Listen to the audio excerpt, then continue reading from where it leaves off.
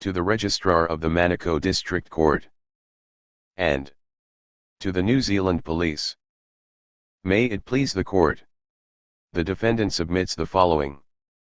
1. The defendant, Tony Raymond Adams, submits the following additional factual information and responses to the video evidence entered by the prosecution on September 22, 2023 named, Auckland Airport July 16, 2022, CCTV and cell phone footage synchronized. 2. The hearing on September 22, 2023 was adjourned by the presiding judicial officer after raising questions about the conduct of the defense during cross-examination of Nicholas Makindo, namely that the defense asked if the witness was aware that the police had supplied the defendant with his home address. This was asked to see if the witness was aware that the police had breached the witness's privacy.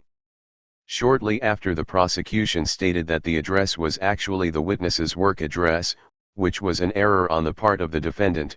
In no way was this question asked in an attempt to threaten, intimidate, or harass the witness, and if the court considers this in some way to be contemptuous or offensive, the defendant apologizes to the court should this have caused such offense in any way, as this was not the intent of the defendant. 3. The additional factual information relating to the above video evidence are listed below in chorographical order by their associated timestamps. Factual information and relevant information and points according to timestamps of the video entered as evidence by the prosecution. At 00:23 SEC, the Jetstar manager, J.M. Fiale Lawful states organize it yourself, yet during her sworn testimony on September 22, 2023 she stated she did not, committing perjury pursuant to Section 108 of the Crimes Act 1961. At 01:45 SEC, the passenger referred to as Blinky Bill admitted to getting angry while the defendant remained peaceful. At 03:28 SEC, the JM tells her staff not to serve him. At 03:42 SEC, Skygate Security S25, Nicholas Makindo, NM, asks the defendant, "Why are you taking photos?" The defendant responded by asking, "Why, am I not allowed?" At 03:45 SEC, NM responds by saying no. Note, as the defendant is aware that the airport is a public place regardless of being private property, and that pursuant to Section 14 of NZ Bill of Rights Act 1990, BORA, the defendant has the right and freedom to seek, receive, and impart information and opinions of any kind, in any form he knew he could record, and NM was incorrect. See Annex 1, Summary Offences Act 1981, Section 2 Public Place. Furthermore, see Annex 2, page 8 of Behaviour Offences, 10.1, New Zealand Police Intranet, released via OIA.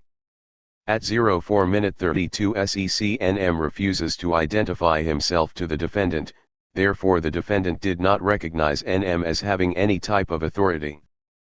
At 05:07 SEC, NM states, "I don't have to show you ID," again refusing to identify.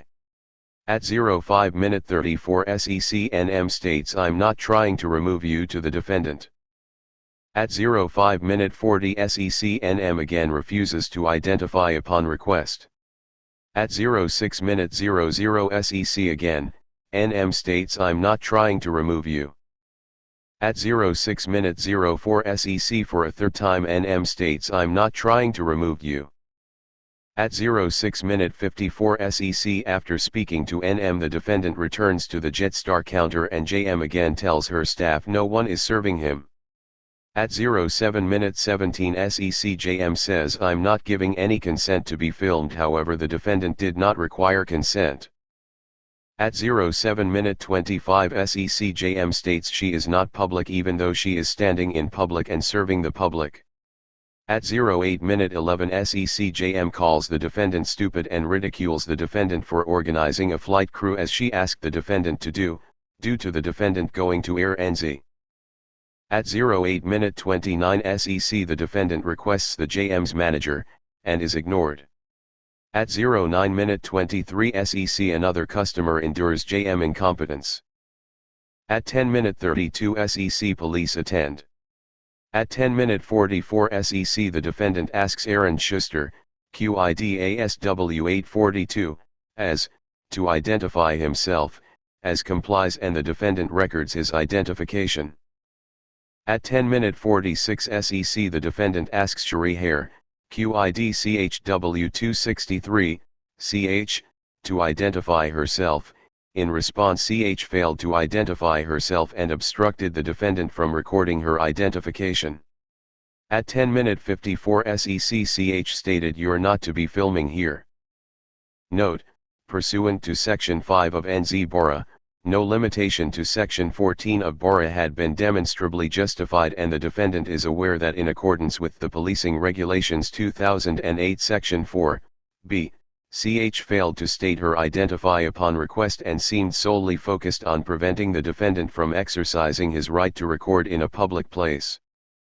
At 10:55 SEC CH asks the defendant 3 times, "Can you turn off your phone please?" In response the defendant states, "No, I can film, it's a public place." At 11:00 SEC CH responds by saying, "No it's not, it's private." At 11:04 SEC the defendant states, "I've been quite reserved." In response CH says, "Turn it off," referring to my camera/phone.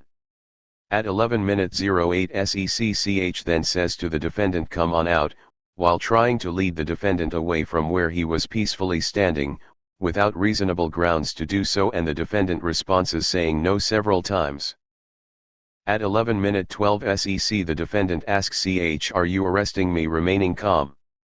At 11:14 SEC as states, "We are just having a chat with you." At 11:17 SEC the defendant replies calmly, "We can chat here, I need to get to Queenstown." At 11:24 SEC the defendant directs his phone at CH and says, "You are very rude." In response CH says, "Get that out of my face," when the defendant was at least 1 meter away from her. At 11:35 SEC the defendant states to CH, "You do not have the right to tell me not to record in a public place." In response CH states, "It is private property." At 11:45 SEC as tries to get the conversation back to what the problem was, and says, "So your flight got cancelled," followed by, "So what's been happening?" In response the defendant points at the JM and says, "Okay, she's just ignoring me." At 11:54 SEC the defendant states again to CH, "You are very rude." At 11:56 SEC CH without warning then lunges at the defendant, assaulting him while attempting to steal his phone. Note, clearly CH was more concerned with the defendant exercising his rights affirmed under Section 14 of BORA than what the actual issue or problem was, although as was trying his best to help and de-escalate the situation, CH continually trying to infringe of the defendant's rights along with assaulting him and trying to snatch his property did the opposite, was itself disorderly, and only escalated the matter further. At 12:01 SEC while assaulting the defendant and trying to steal his phone, CH states, "I don't want you to film me, turn it off, turn your phone off." At 12:07 SEC CH then walks over to NM and tells him to get his trespass folder. At 12:08 SEC the defendant states, "Don't touch me too as." At 12:10 SEC CH came back and says, "You're being trespassed now." The defendant responds, "No I'm not, for what? I'm in a public place." CH states, "Private property." At 12:15 SEC the defendant states, "Okay, I'm gonna ring Mark, hang on a second, I'm gonna ring Mark, do not touch me," while CH tried to grab the defendant's arm. At 12:18 SEC CH says to the defendant, out you go," in response, the defendant says, do not touch me, and hang on a second, I'm gonna ring my lawyer." At 12:24 SEC again, CH says, "Turn your phone off, turn it off now," further attempting to breach the defendant's rights and lawful activity as the defendant was now also recording for his own protection after being assaulted and the attempted theft. At 12:25 SEC CH moves behind the defendant, pointing to her right while saying, "Move outside." The defendant responded, "Don't touch me." At 12:26 SEC CH states, "I will touch you," and proceeds unreasonably and without justification, to use force by pushing the defendant in the middle of his back. At 12 minute 28 SEC the defendant then asks as to tell her not to touch me, CH then using all of her body weight and with both hands, violently shoves the defendant in the middle of his back, further assaulting him. At 12 minute 32 SEC the defendant repeatedly says don't touch me while CH again points while saying out you go. At 12 minute 36 SEC the defendant then says do not, you're touching me and directs his phone at CH to capture CH's actions, CH then ducks to avoid the phone capturing her. At 12 minute 38 SEC CH then starts to swipe at the defendant's phone with her hand while saying get that out of my face. The defendant notes that it is lawful to record police in the course of their duties and the phone was not in her face. At 12 minute 43 SEC as then asks CH do you wish for arrest? At 12 minute 44 SEC CH says you're trespassed, if you don't leave this property now you're under arrest. At 12 minute 46 SEC the defendant responds arrest me, yous will get done in court, I'm telling you right now and you obviously don't watch Kiwi audits, CH says it's private property to which the defendant responds no it's not, okay, I'm ringing Mark my lawyer, hang on a second. At 12 minute 55 SEC CH says you're trespassed, leave this building now, the defendant responds listen to me. At 12 minute 57 SEC CH states you're under arrest for trespass. Note, from the time the defendant was trespassed, at 12 minute 10 SEC, and told to leave now, at 12 minute 55 SEC, until being arrested for trespass, at 12 minute 57 SEC, was a total span of 47 seconds. To the defendant's knowledge in a public place, an offense must be allegedly committed to be trespassed or arrested, yet the defendant had done neither, as the defendant believed CH's actions were unlawful. Pursuant to Section 48 of the Crimes Act 1961, the defendant therefore had the right to self-defense and to justifiably use any reasonable force he deemed necessary to resist this from happening. At 13 minute 00 SEC the defendant stated I'm not trespassing. In response CH said yes you are while pulling out her handcuffs. At 13 minute 04 SEC CH then places her handcuffs on the defendant's left wrist. The defendant then looked to his wife and said hang on a second 3 more times. At 13 minute 16 SEC the defendant's wife comes over and the defendant gives his phone to her and says record, record, record. At 13 minute 18 SEC the defendant's wife attempted to get the defendant to talk to their son on her phone, while CH tells his wife to turn that off, turn that off. At 13 minute 20 SEC CH then shoves the defendant's wife escalating the situation further. The defendant says to CH several times do not touch my wife. At 13 minute 23 SEC CH then started pulling on the defendant's left arm that was cuffed, causing the defendant pain, while yelling at the defendant to put your hand behind your back. At 13 minute 30 SEC while being held by both officers either side, the defendant was then frog-marched out of the building by force. At 13 minute 40 SEC the defendant repeatedly stated unlawful arrest as he was not given a reasonable time to gather his family and property before peacefully leaving or obtaining any advice regarding what was happening. Furthermore, pursuant to Section 4(5)(b) of the Trespass Act 1980, it was necessary in defense even if trespassed, for the protection of the defendant's family and property to do so, as the defendant did not wish to cause an emergency by leaving his luggage unattended. At 13 minute 53 SEC the defendant asked his wife to ask them why they're arresting me. At 14 minute 00 SEC CH stated, trespass. In response the defendant asked what have I done wrong, CH responded trespass. The defendant replies by who, to which CH stated by me. At 14 minute 07 SEC the defendant asks CH who are you? At 14 minute 13 SEC CH again states to the defendant's wife turn that off, appearing to still have delusions of privacy and concerns over being recorded lawfully by the defendant's wife.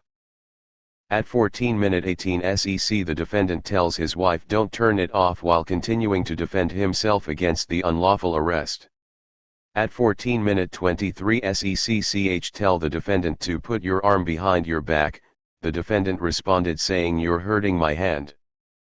At 14:35 SEC as and CH continued to wrestle against the defendant's justified defense, as then stated "You just resisted," the defendant responded saying "No, I haven't."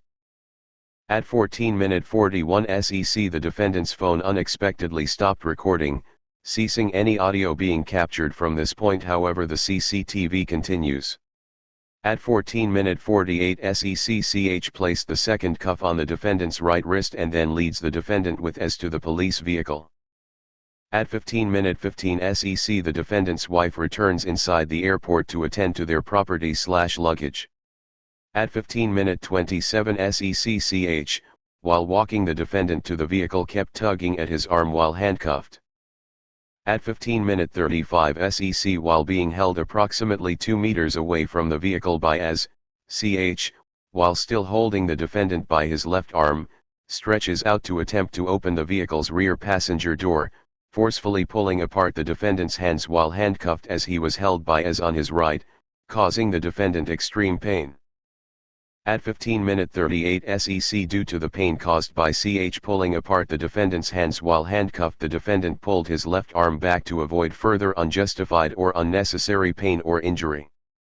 At 15:43 SEC NM noticed CH having difficulty opening the door and chose to assist the police by opening the door for her.